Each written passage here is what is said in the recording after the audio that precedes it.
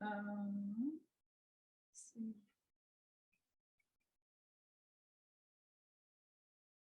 Oh, yeah, I think we finished chapter 18. We're on 19. We're on number 5. Yeah. Chapter 19, number 5. Yep.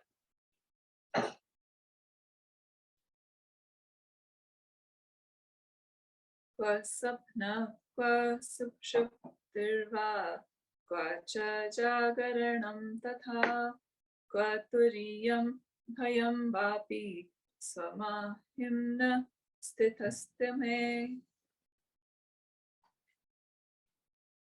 Where is dream? Where is deep sleep? Where is wakefulness? And also, where is the fourth state of consciousness? Where is even fear for me who abides in my own grandeur? So, we need to understand that for the woman or the man of wisdom, we have gone beyond the mind. Mind is ever in front of us, moving through its various states, waking, dream, and deep sleep. I am ever the unchanging witness of all. And then Ashtavakra makes a reference to Turiya, the fourth. This comes from Mandukya. Various commentators deal with Turiya in different ways. Some commentators think of it as a fourth plane of consciousness, a fourth state of consciousness. But in the Gaudapada Karika, which is the most famous gloss on the Mandukya, he says that's not it. We have uma and silence, waking state, dream state, deep sleep state, and is the silence another mind state, Turiya, the fourth plane. And Gaudapada says no. It's fourth in the series of discussion. But Turiya is another name for yourself. Let's use a worldly example. Let's take 3 objects I can see. I can see couch, I can see coffee table, I can see telephone. Couch, coffee table, telephone. Different things I see. But my eyes are the fourth. My eyes are that by which all objects are cognized or seen. But my eyes are not a fourth object. I'm not going couch, coffee table, telephone, and eyes. See? So Turiya actually is another name for me. Other commentators talk about a fourth state of consciousness, meaning samadhi, meaning the mind state of no mind. What is the value of samadhi? For most of us, the mind refuses to let go of its identification with asmita, egoism, ahankara, thought of I'm a person, jiva bhava, till I enter into the state of no mind. What do we mean? When the vimarsha, the deliberation, when the vrittis have stopped. Swamiji used to say, when the last thought has thoughted before the next thought starts.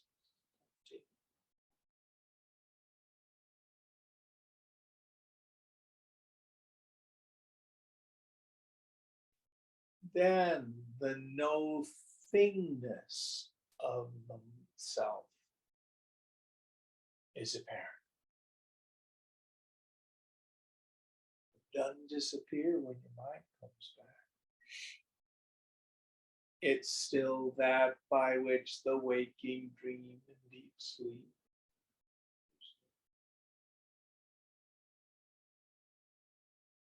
And if we understand the fundamentally imaginary, illusory nature of all mind states, even samadhi, samadhi doesn't create the self. Samadhi doesn't cause you to achieve the self.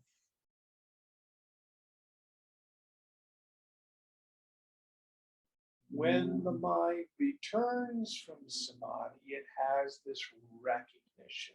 Aha, there's nobody there. That's valuable. Remember, it's just the mind that has all the problems. What is it the mind needs to get? It needs to get knowledge. Not just paroksha jnana, indirect knowledge from the study of the scripture, hearing it from the teacher. When I get it, when the mind gets its own fundamental unreality,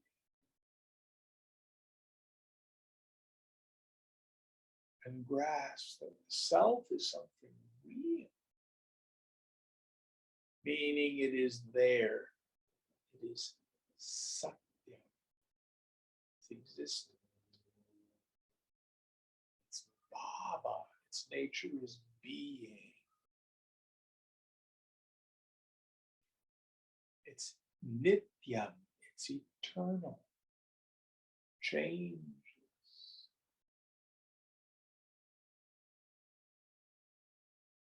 Then the mind gives up the obsession of trying to protect and defend self.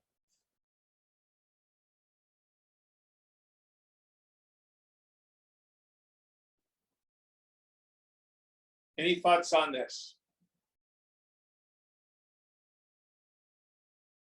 Next verse.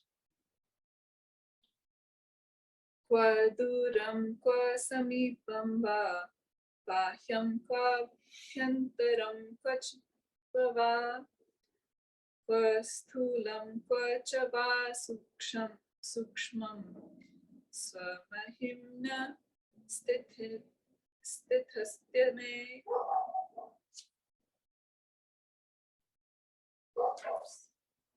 Where is distance? Where is nearness? Where is outside? Where is inside? Where is the gross and where is the subtle for me who abides in my own grandeur? Yes. So the self is not located in time and space. In fact, time and space is in the self. So when you dream, I dreamt this weird dream this morning. I was in this very convoluted house, moving around, trying to find the bathroom of all places. And stairways and moving down hallways in various rooms. All that space in that house was inside my mind. Mind has the capacity to create space.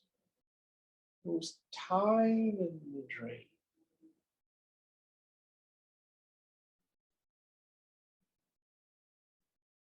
to the bathroom and it took time for me to get my clothes off to go to the bathroom.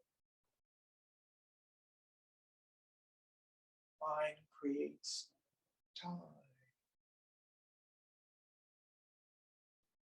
And I always like to do the example, if you close your eyes and visualize a little pea, and then visualize a mountain, do you change? Do you turn into a pea or turn into a mountain? No. So the awareness of time and space, things outside, inside, oh, it's just mind.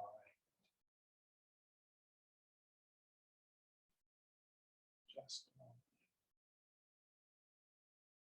Gross, here we mean the physical body and the physical world. Subtle, we mean thoughts and feelings. I give up my concern over those distinctions.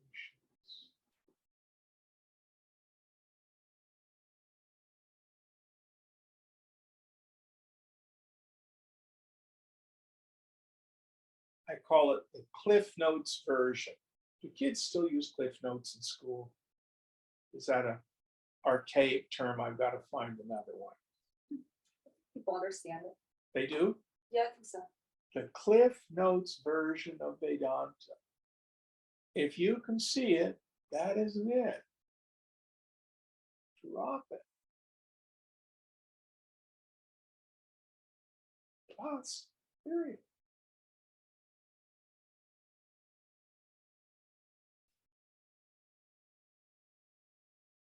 The one who knows everything.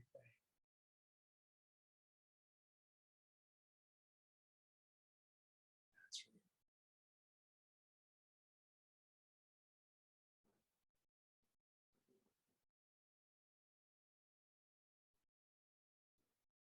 right. Any thoughts?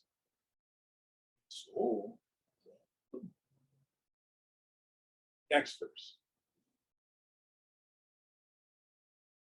Kwa mrityurjivitam va kwa loka kwa sya kwa lokikam kwa lahya kwa samadhirva swamahimni stithastyame.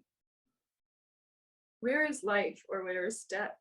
Where are the worlds or where are the worldly relations? Where is dissolution of consciousness?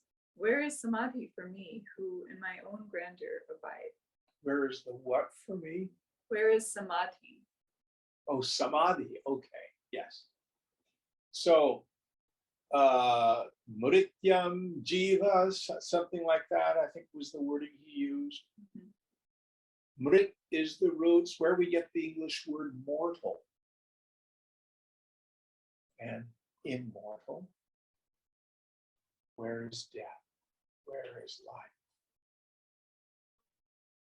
I love what Deepak Chopra said.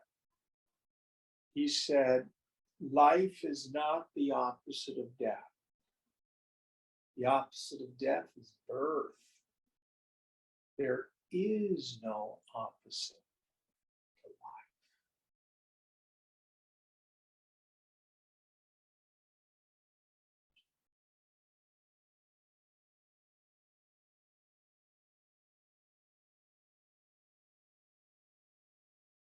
Where is life? Where is death?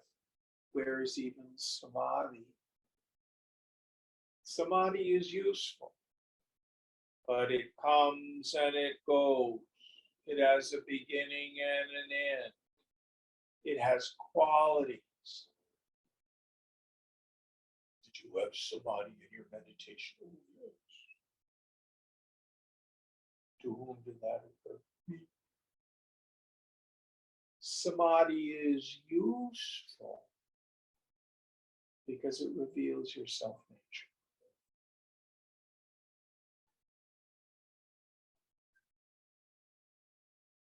Remember when we were studying the works of Nisargadatta Maharaj, I can't remember which book it was in, but someone once asked him, are you in samadhi all the time? Remember that question?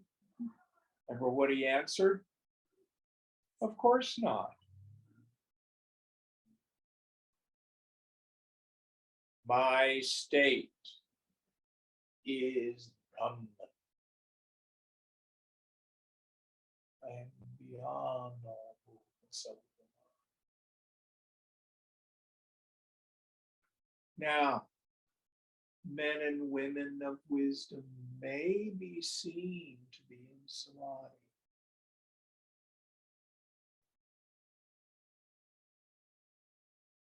Because as you do tapas, and as you destroy the mind and all its stupidity, the mind of its own starts to merge, come home.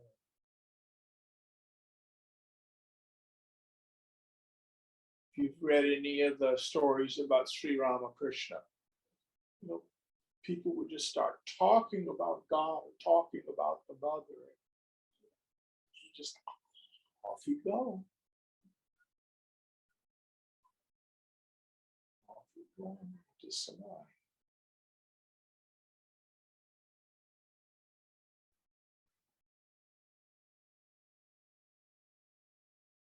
Listen carefully. You cannot renounce something you don't have.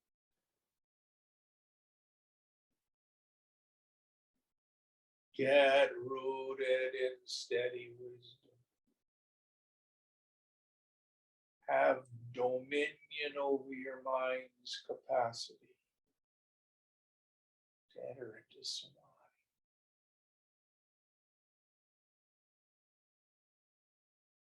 Then give up your attachment to samadhi.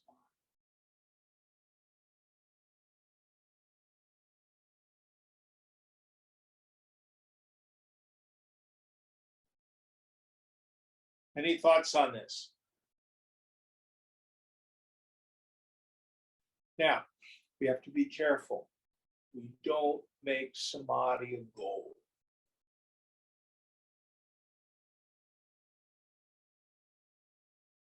The more you chase it, the more it will receive.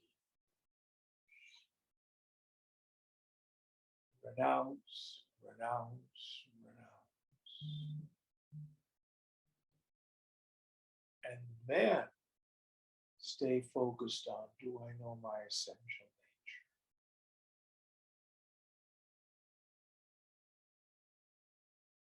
That's where you want to focus your efforts.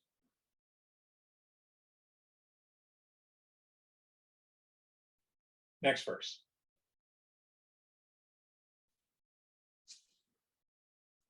Alam trivarga kathaya yogasya kathaya yalam alam vijnana kathaya vishrantasya mamatmani.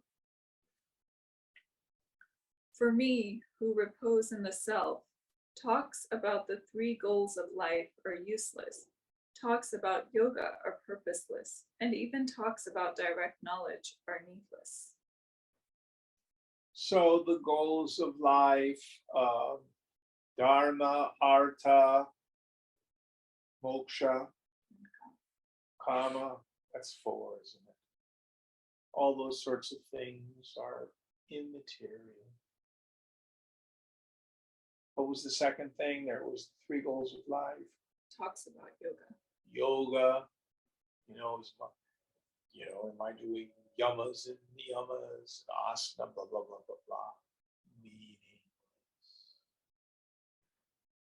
Are you adhikari? Are you tuned up to the qualifications of a fit student? How are you doing with your discrimination between the real and the unreal? Not that these practices are not necessary at one stage of our sadhana.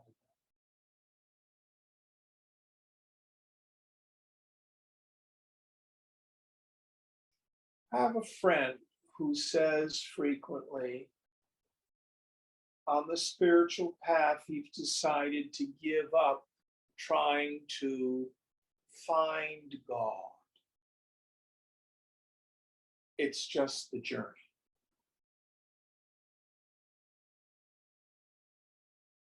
Actually, yoga says no, the journey can have an end.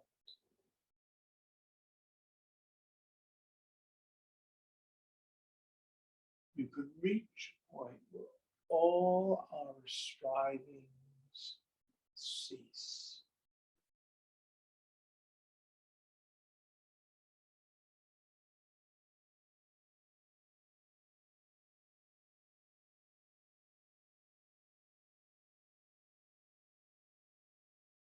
And finally realize I've had it all along. It's myself.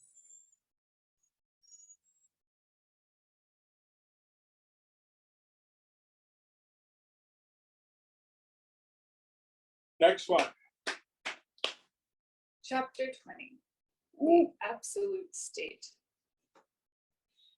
Janaka uvacha kva bhutani kva deho va kva indriyani kva va manha kva shunyam kva cha nairashyam matsarupe niranjane. Janaka said, "Where are the five great elements, and where is the body? Where are the organs, and where is the mind? Where is the void, and where is despair for me, who am by nature stainless?" So in our various prakarana texts, we go through the Panchakosha, the five sheets. We discuss the Panchakarana, the five-fold division of the tanmatras, the elements, and their subsequent recombination into the gross. All those various formulations about the world and stuff like that. This has value. One of the things that it does is if we study thoroughly what we're not, it's very clear to discriminate.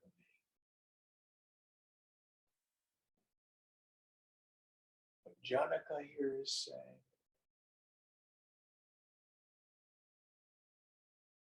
if it's knowable, that's not it. Or as Gaudapada says in the second chapter of Mandukya Karika, the phenomenal world is quite unreal, and the proof of its unreality is that you can see it.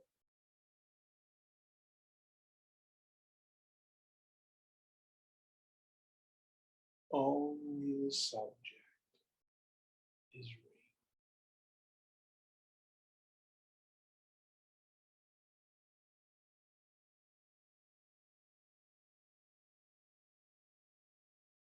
Brahma Satya Jagat. Brahman alone is real. The Jagat, the phenomenal world, gross and subtle, illusory.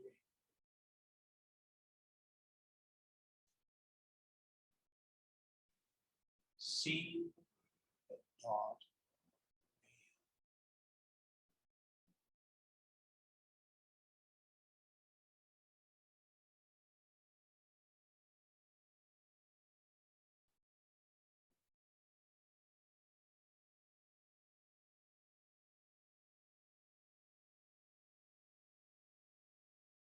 What happens when the illusory mind grasps the illusory world, or the illusion that the world is an illusion, that its own existence is illusory? It goes, just quits all its jonesing.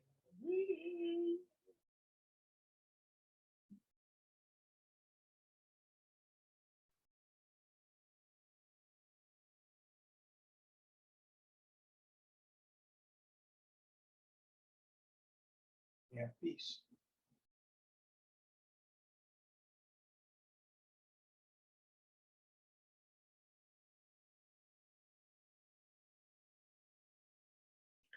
Next verse. Kva shastram, kvatma vijnanam, kva va nirvishayam manaha, kva triptim, kva vishtrishnatvam, gatadvantasya me sada. Where are the scriptures? Where is the knowledge of the self? Where is the mind detached from the sense objects? And where is contentment? Where is desirelessness for me, who has transcended the duality of the pairs of opposites? Yes. So in the end, the scriptures are not real. The guru's not real. Even my ignorance isn't real. The liberated mind isn't real. My reactivity isn't real. My contentment isn't real.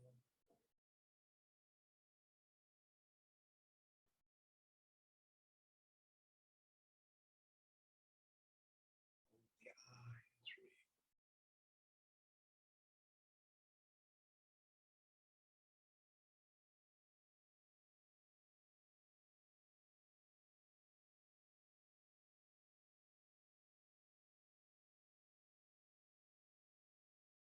Next one.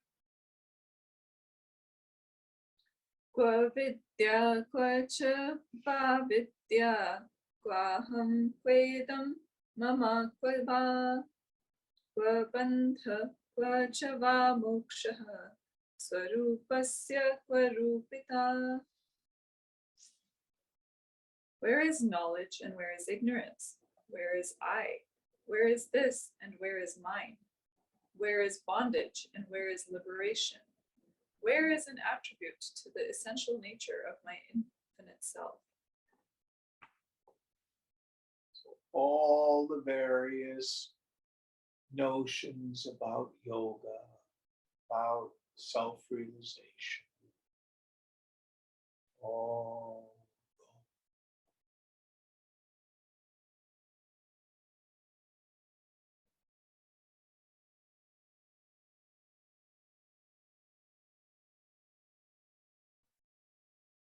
Don't try to be an enlightened person.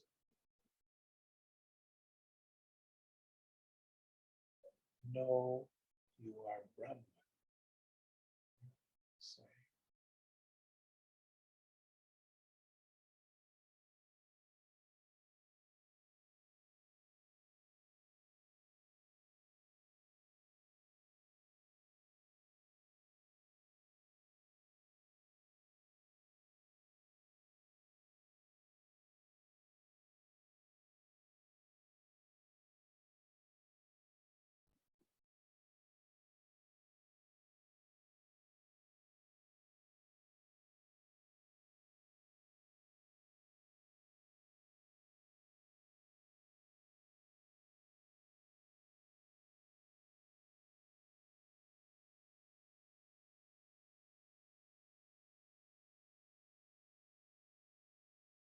Sarvamaya, Sarvamana. This is Maya. And it's all bliss.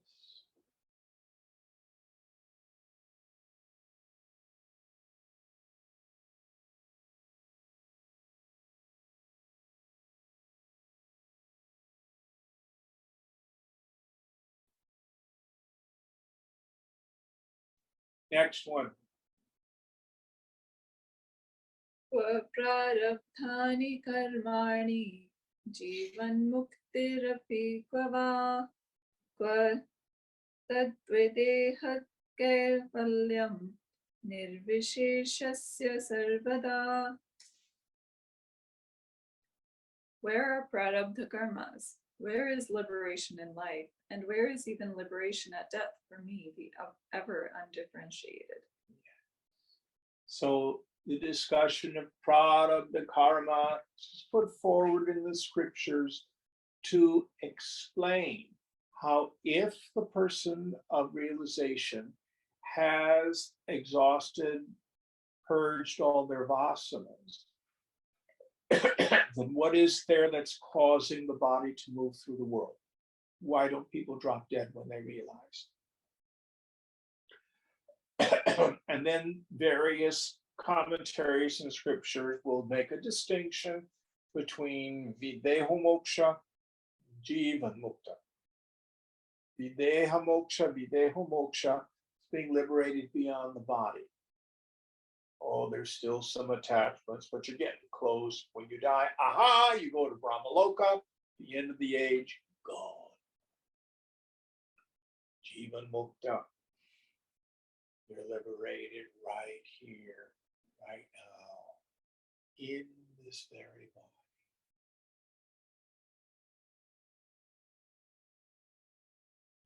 Vedanta thunders. You can have it right here, right now. The teaching of prarabdha karma, the karma of the body, is only for ignorant people to explain the fact that they see the body of the Mahatma walking around doing stuff. But what is the mark of the man or woman of knowledge? They know they're not the body.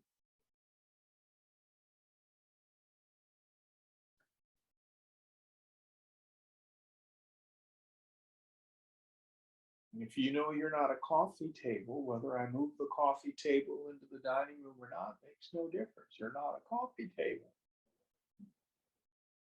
And if the coffee table gets destroyed, it doesn't affect you. You're not a coffee table. This physical body is like a gata, like a pot.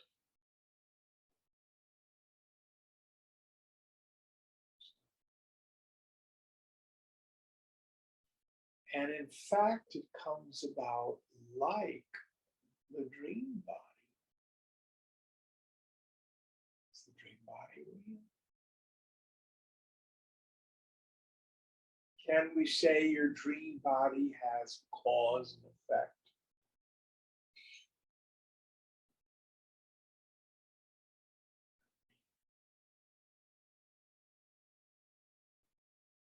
Well, there is no denial.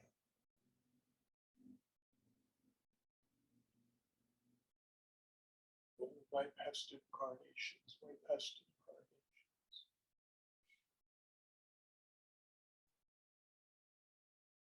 In the end, it's unreal.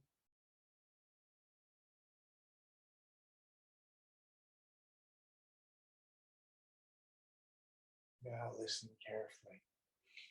Videho moksha, liberation beyond the body, is another name for jivan mukta. Mark of the woman with a man of steady wisdom. So they know they're not the body. They are beyond the body. Back to the coffee table example. Just like you are not the coffee table if I move the coffee table from the living room to the dining room. If I get out an axe and chop up the coffee table, has it touched you? Why? You are ever beyond the coffee table.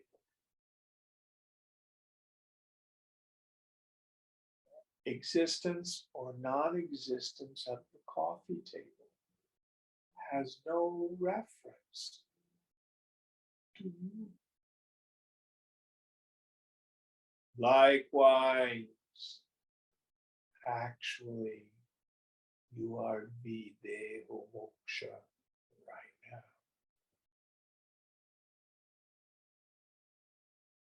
Self is ever free.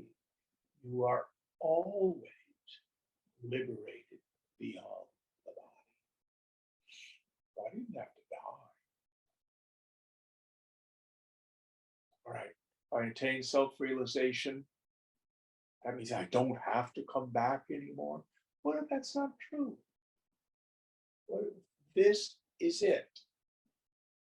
It's going to be like this for the rest of eternity.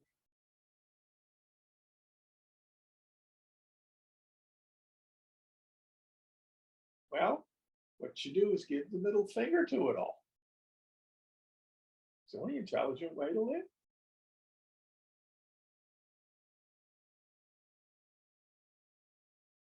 So the person of steady wisdom is ready for death to arrive at any moment, and not the body. It's like putting your dirty clothes in the laundry.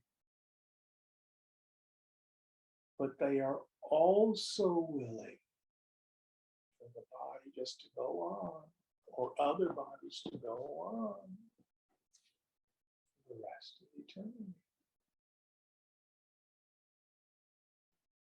Because none of it touches.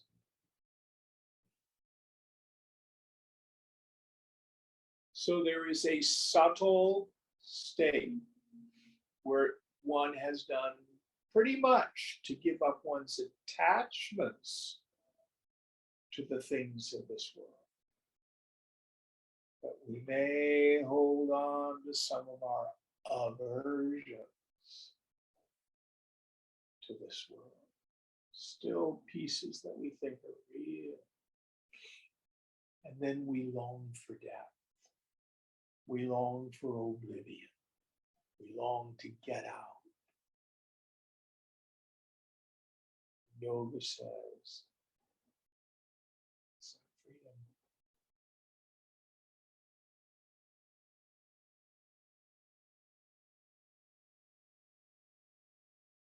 Any thoughts on this? How do we practice this? If you are in an environment that's uncomfortable, gnarly relationship, problem at work, issue with boyfriend or girlfriend, stuff with your home, take on the meditation. What if it's going to be like this for the rest of eternity? You're at a meeting at work and there's someone who just annoys you at the meeting. What if you're going to have to listen to this idiot Babylon for the rest of eternity? No issue.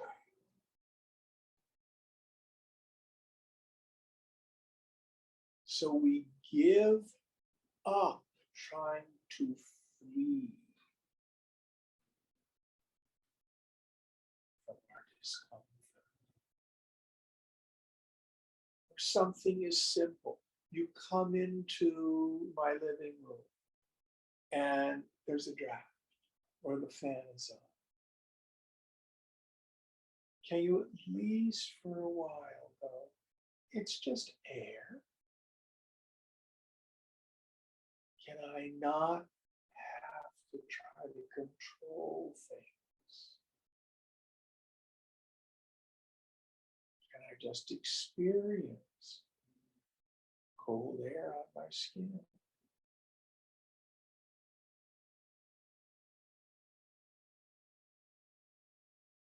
Or there's a car alarm going on outside.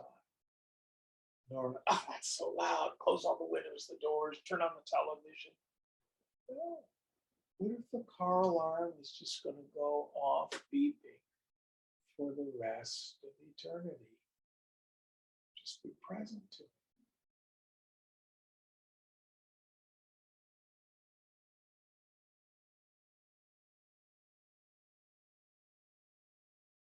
Very effective meditation.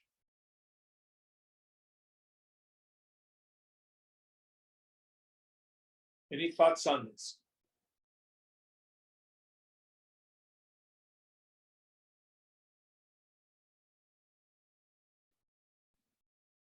This state is called Yoga Rutha, mounting the steed of the mind.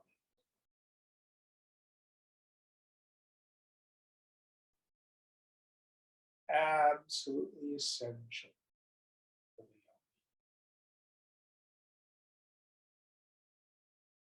yogi. I'm willing to do anything for the rest of eternity. I'm willing to experience anything for the rest of eternity. And I'm willing to do without anything for the rest of eternity. I'm willing for the environment to be annoying for the rest of eternity.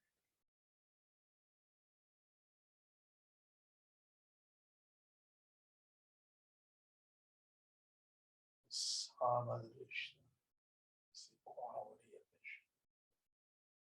Any thoughts?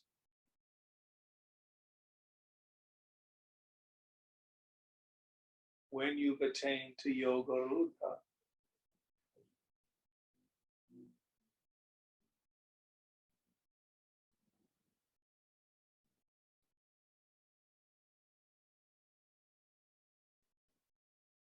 next verse. Kva karta kva ch va bhokta nishkriyam sphuranam kva paroksham phalam va kva nisvabhavasya me sada. Where is the doer or the enjoyer? Where is the cessation of thoughts or the rising of thoughts? Where is direct knowledge or reflected knowledge for me, who am ever devoid of natural attributes? Yes. So we have these discussions of the karta and the bhokta, the doer and the experiencer. A classic discussion, do we have free will and choice or not? At this stage of our yoga, who cares?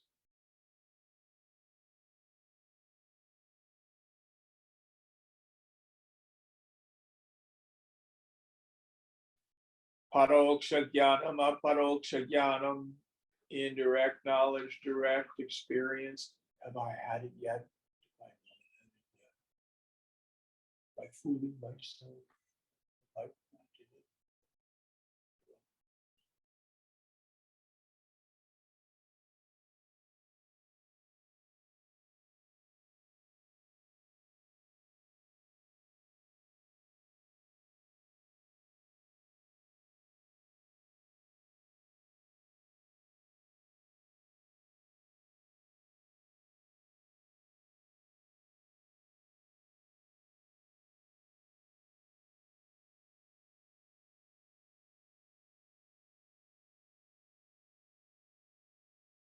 Mind is nowhere standing. The mind is not real. What concern have I for mental control of any kind?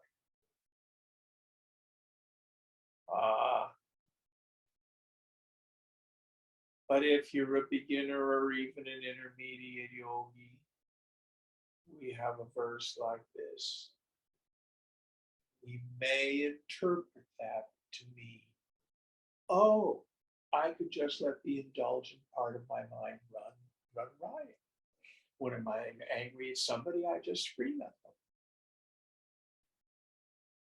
You know, if someone annoys me, I just punch them. If I feel like driving 90 on the freeway, I just do it. You can try that. I suspect you'll find that that's license, not liberty.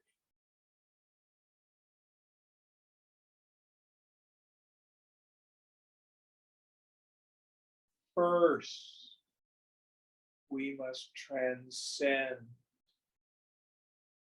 our attachment to the indulgent part of the mind. I call it the inner 2-year-old. This takes discipline in the beginning.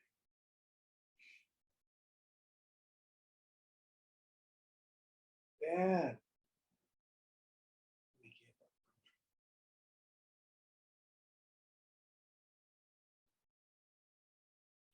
up. Otherwise, we end up just rationalizing our suffering.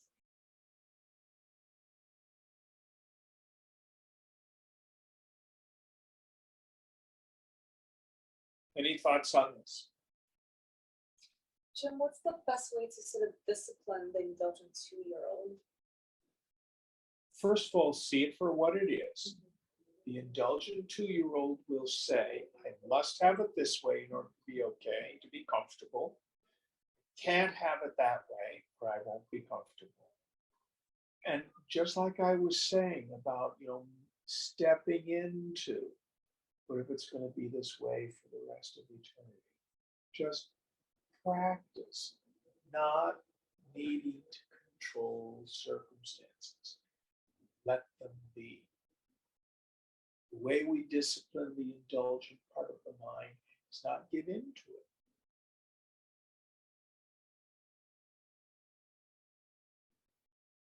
There's a story I tell in the beginning classes all the time. You may have heard me talk about the Zen monk who went to the benefit dinner. Have Yes. you heard this story? I have, yeah, with the meat, right? Where he gets served the chicken. Yep. And, he's a vegetarian. And the hostess is all upset. Oh, I'm so sorry. Let me get you a vegetarian plate. He says, no, leave this here. She says, why? Because I noticed I had an aversion. So he was a tapasvi. He's one who is always practicing his yoga. He doesn't run from aversive circumstances. He stays present.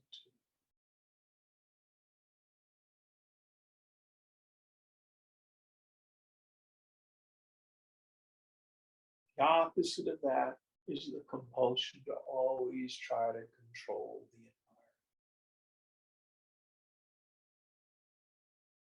environment and other people.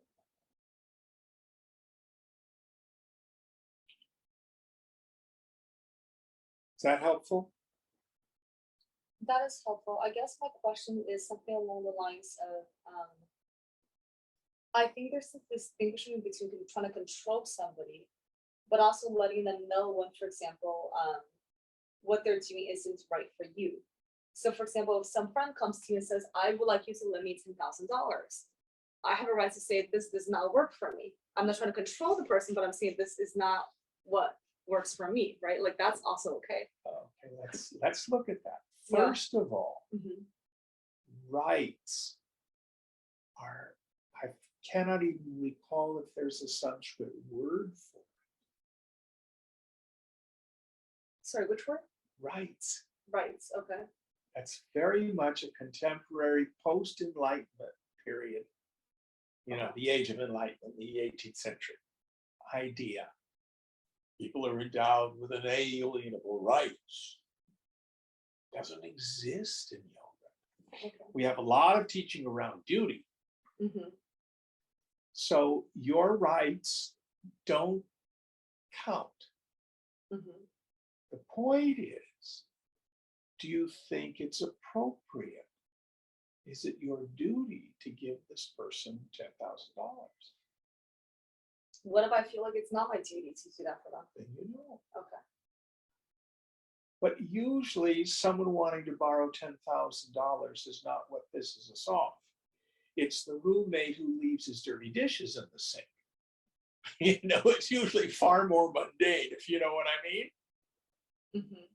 So the roommate leaves their dirty dishes in the sink and it pisses you off. So if it were I, the first thing I would do would be, first of all, let me let it just be that way. And notice, oh, that's my problem. I have a control issue.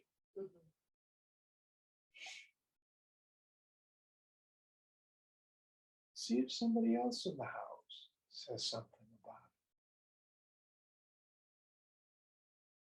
about And if just you two in the house and you only have one roommate, what then? Well, I mean, you're begging the question.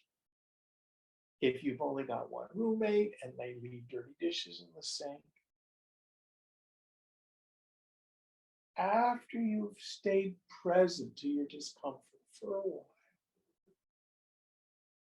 then what's your duty? I think it's a toss and them have clear communications, right? Yeah.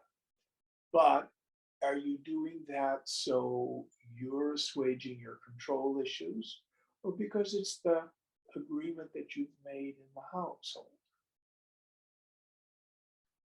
It's a little bit different thing.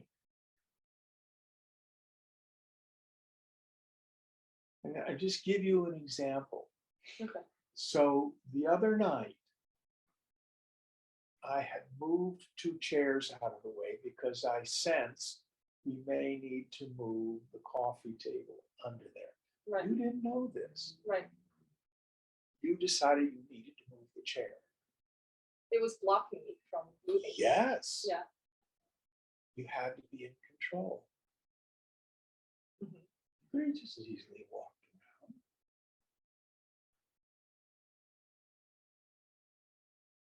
That's fair. But when I found out, I could have just moved the chair back, but you wouldn't let me. Didn't matter. The point is, what I sense is one of the things is this need to control environments. It's in my way. It shouldn't be in my way.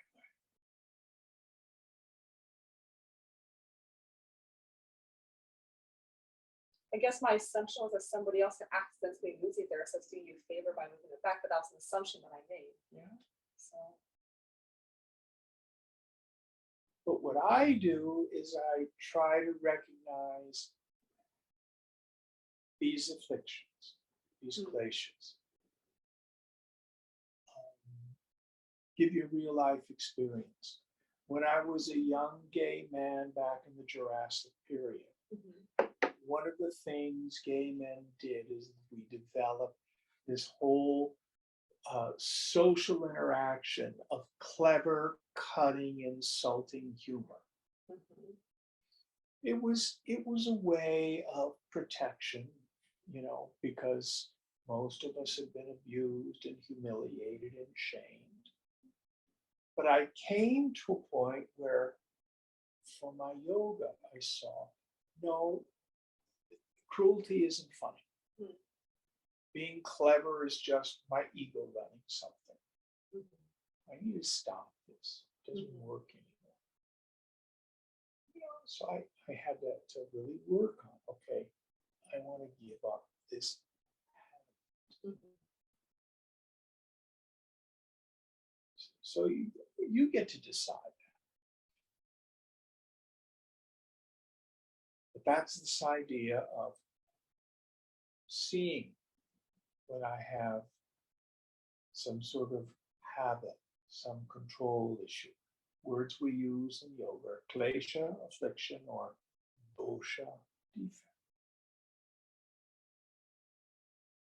But the overall principle is, am I trying to manipulate the environment so that I feel safe and comfortable? And what the yogi wants to do is at least a little bit. Lean into that. Is that making sense? yeah, that makes sense, Jim. That's the actual practice of this.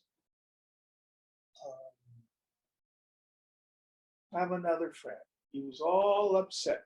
He's you know, making friends with potential dates or partners online, and he loves to text.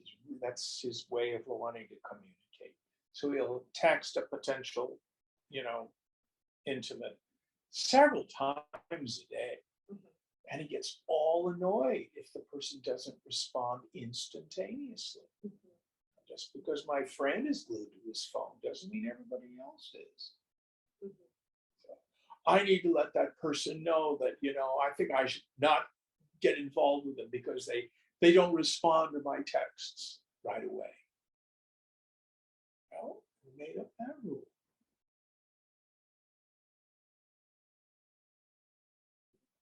they're not a yogi. I don't know them from this context.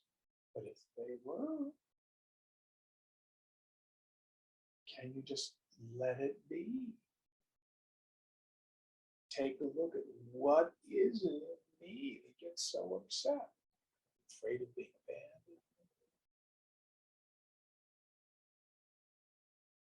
Are you afraid you're not the center of another person's attention? All sorts of things. But look at it. If I'm disturbed, no matter the cause, I'm the one with the klesha. Oh.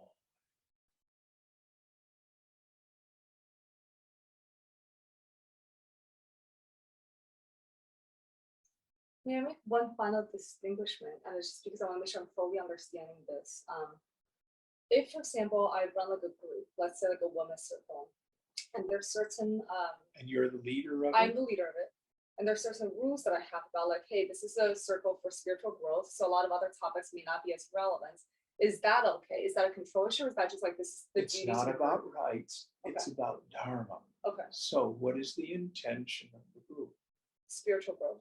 Do you have an agreement Mm-hmm. with the group that we are going to limit the topics to certain subjects? Yes, but someone keeps on violating that agreement. Okay, then it is your duty to maintain the intention of the group. Okay.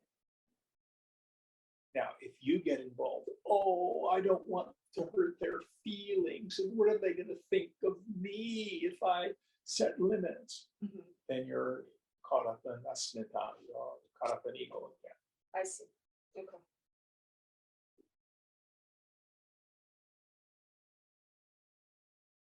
Did that make it clearer? That did make it clear. Thanks.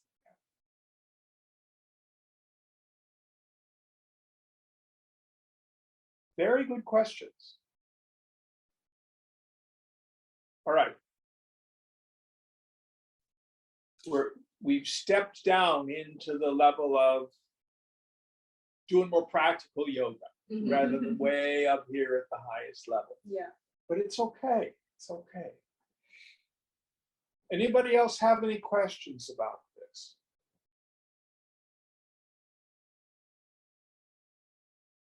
All right, next verse. Kwa loka, kwa mumukshurva, kwa yogi jnanavana kwa va, kwa buddha, kwa chava muktaha, sasvarupe hamattaye. Where is the world and where is the seeker after liberation? Where is the man of contemplation and where is the man of realization? Where is the bound man and where is the liberated man for me who am non-dual by nature? So again, all of these issues, the last things that we get attached to. Have I realized yet or have I not? Even after samadhi, many people have what we call second mind or enlightenment sickness. The ego reforms with the idea, I'm special, I know something different from other people. And you can see it because those people, even if they're teachers, are going to spend a hell of a lot of time talking about their own spiritual experience. I had this samadhi and then the world disappeared and then I never get attached to anything. And I am the, you know, that kind of speech. It means, there's an identification with their spiritual experience. Even that.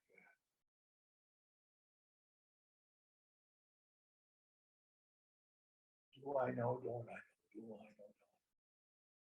Stop the stupid question.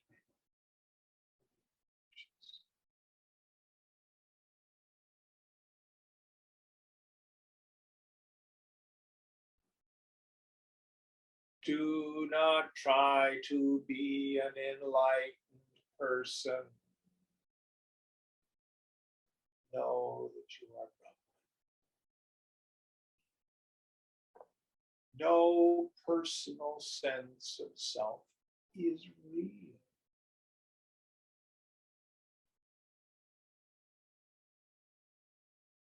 Really brought that mystery.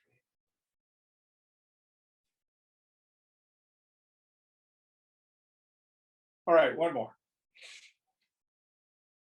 Kwa srishti, kwa cha samhara, kwa sadhyam, kwa cha sadhanam, kwa sadhaka, kwa siddhirva, swaswarupe hamadvaye.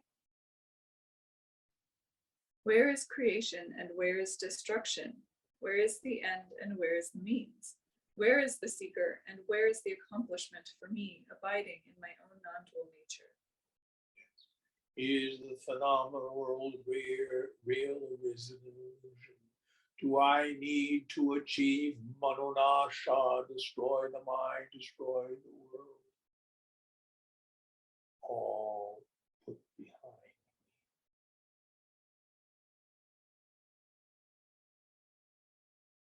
Again, giving up yoga, accomplishment, meditation, samadhi, or refraining from meditation and samadhi.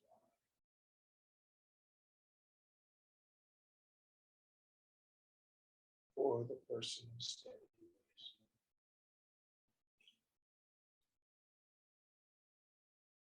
all just a movie.